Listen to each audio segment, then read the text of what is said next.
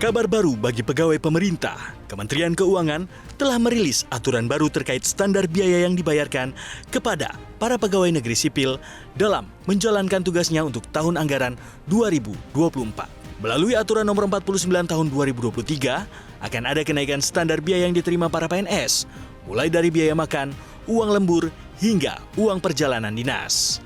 Adapun penyesuaian ini dibuat atas inisiatif berbagai instansi, baik kementerian ataupun lembaga, yang menyebut belum ada perubahan insentif yang diterima para PNS sejak 5 hingga 10 tahun terakhir. Kenaikan dibutuhkan untuk mengurangi dampak inflasi dan kenaikan bahan bakar minyak. Adapun kisaran biaya yang akan diterima para ASN mulai dari Rp18.000 per jam untuk uang lembur, serta uang makan lembur mulai dari Rp35.000 per harinya. Sedangkan uang makan yang akan diterima para ASN mulai dari Rp35.000 hingga Rp41.000 per harinya.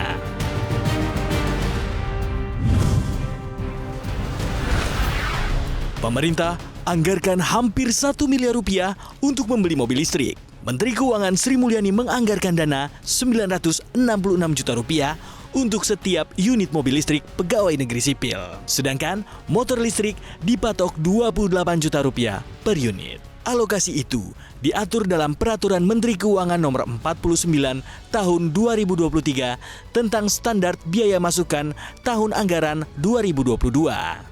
Rinciannya, harga mobil listrik untuk pejabat eselon 1 adalah Rp966 juta dan Rp746 juta untuk eselon 2. Nominal tersebut belum termasuk biaya kirim dan pemasangan instalasi daya.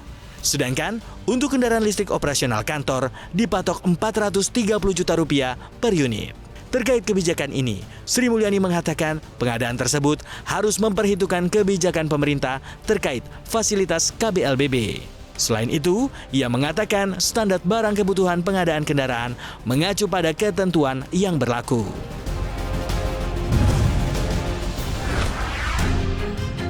Komisi Pemberantasan Korupsi menemukan fakta bahwa nilai pencucian uang yang diduga dilakukan Rafael Alun Trisambodo mencapai puluhan miliar rupiah. KPK juga mendapati fakta bahwa mantan pegawai pajak tersebut melakukan pencucian uang lewat cryptocurrency Bitcoin.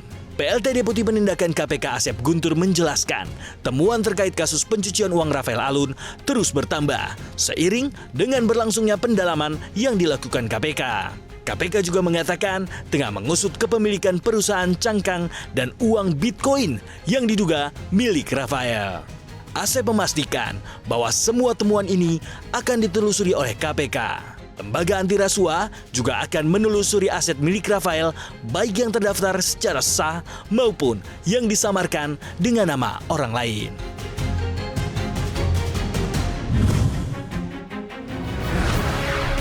Dana Moneter Internasional IMF menyoroti potensi gagal bayar yang menghantui ekonomi terbesar dunia, Amerika Serikat. Pasalnya, parlemen negara itu belum juga menyepakati usul pemerintah untuk menaikkan plafon batas utang.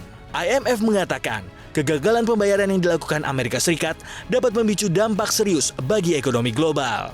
Lembaga itu meminta agar semua pihak mau berkompromi untuk segera mengatasi masalah ini. Tidak seperti kebanyakan negara maju lainnya, Amerika Serikat membatasi jumlah uang yang dapat mereka pinjam. Oleh sebab itu, apabila pemerintah membelanjakan lebih dari yang dibutuhkan, maka pembuat undang-undang harus menaikkan plafon utang secara berkala. Namun, saat ini, situasi politik di Amerika Serikat sendiri cukup imbang. Pemerintah saat ini dipegang oleh Presiden Joe Biden yang merupakan kader Partai Demokrat, sementara DPR Amerika Serikat dikuasai oleh rivalnya Partai Republik.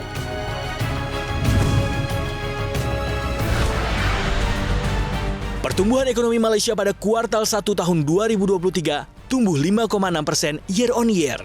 Angka ini lebih tinggi dari perkiraan pasar sebesar 4,8%.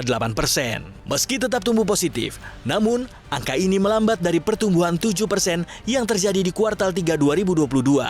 Saat itu, ekonomi negeri jiran Malaysia terdorong oleh permintaan domestik. Data terbaru ini menjadikan ekspansi ke-6 berturut-turut, tetapi menjadi laju terlemah sejak kuartal 1 tahun 2022. Dari sisi produksi, aktivitas mulai mereda untuk semua sektor pada kuartal 1 ini, di mana sektor jasa turun menjadi 7,3%, manufaktur menjadi 3,2%, pertanian 0,9%, pertambangan 2,4%, dan sektor konstruksi menjadi 7,4%.